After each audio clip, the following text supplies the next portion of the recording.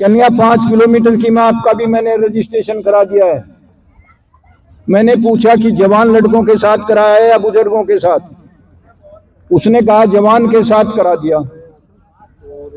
मैंने उनसे पूछा कि तुम्हें मेरी डेट ऑफ बर्थ का पता नहीं है क्या? कन्या पता तो है, पर पिताजी मुझे ये उम्मीद है कि आप जवानों के साथ भी दौड़ लेंगे। तो चेस्ट नंबर मेरा लगा हुआ था, मेरे पास सर्टिफिकेट रखा है।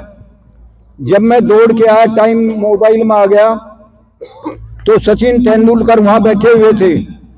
उन्होंने मुझे इशारा किया कि अंकल जी इधर आइए। क्या टाइम आया आपके मोबाइल में? मैं कहा 28 मिनट 32 सेकेंड। तो उन्होंने मुझे क्या कहा, अंकल जी दोबारा फोर्स में जाने का इरादा है क्या? कन्या 30 मिनट का समय हम देते हैं। तो कहने का मतलब बस सिर्फ इतना ही है कि खान पान पर बहुत कठोर प्रतिबंध लगाइए। आइए, आवाज आ रही है ना?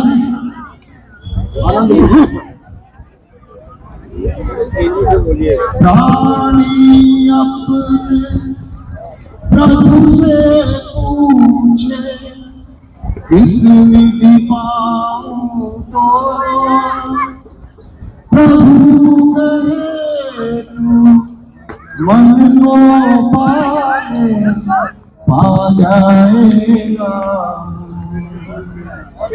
पूरा मन दर्पण में गिनाए, पूरा भले बुरे सारे कर्मों को देखे और दिखाए। पूरा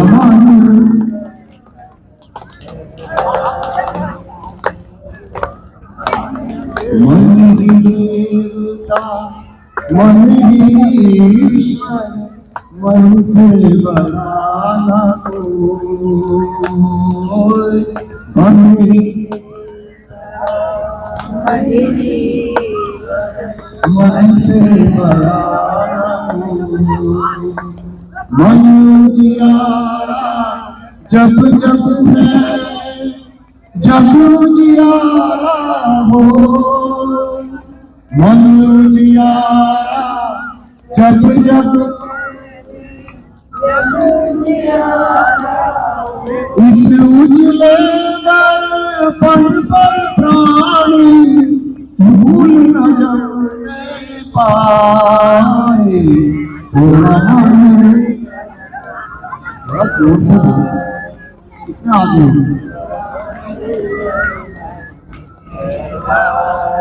सुख की गलियां दुख के नाते मन सबका हाल। सुख की गलियां दुख के नाते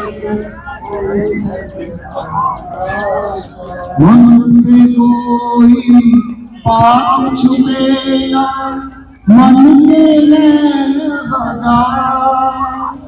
मन से कोई बात छुपे ना, मन से जब से चाहे भाग ले कोई, जब से चाहे भाग ले कोई, मन से भाग ना पाए। पूरा मन पूरा धन की दौलत धन की छाया, मन का धन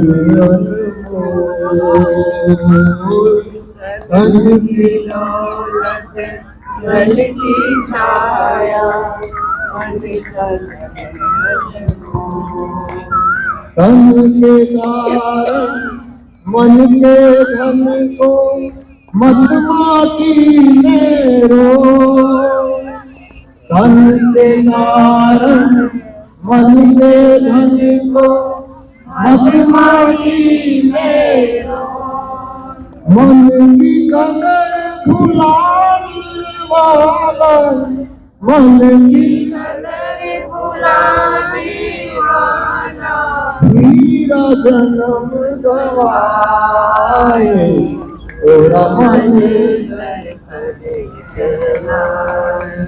भले बुरे सारे कर्मों को देखे और दिखाए तोरा मन आए तोरा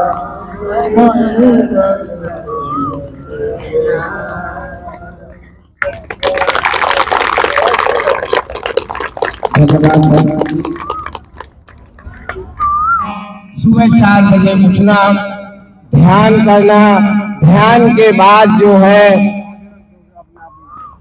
क्लास में आना, इस पार्क के 2 राउंड लगाना, ये उनकी नियमित दिनचर्या है। शाम को 6:30 बजे के पूर्व नित्य प्रति भोजन ग्रहण कर लेना। उनको चश्मा लग गया था। आप ये देखिए कि जो लोग कहते हैं कि योग से फायदा नहीं होता, वो हम सब के लिए हमारे सामने है।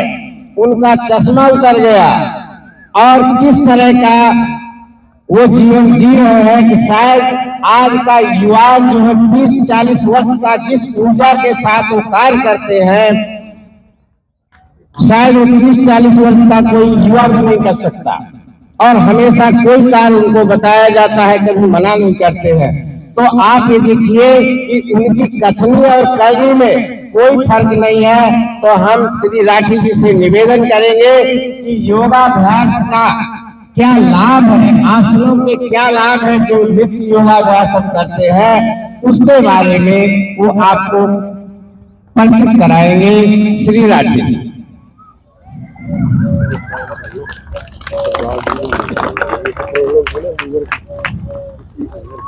इधर ही आना। श्री राठी जी, एक सभी साथियों का हार्दिक स्वागत है। आज जो हम यहाँ इकट्ठे हुए हैं, पता तो सभी लोगों को होगा, परंतु मैं फिर भी बता देता हूँ।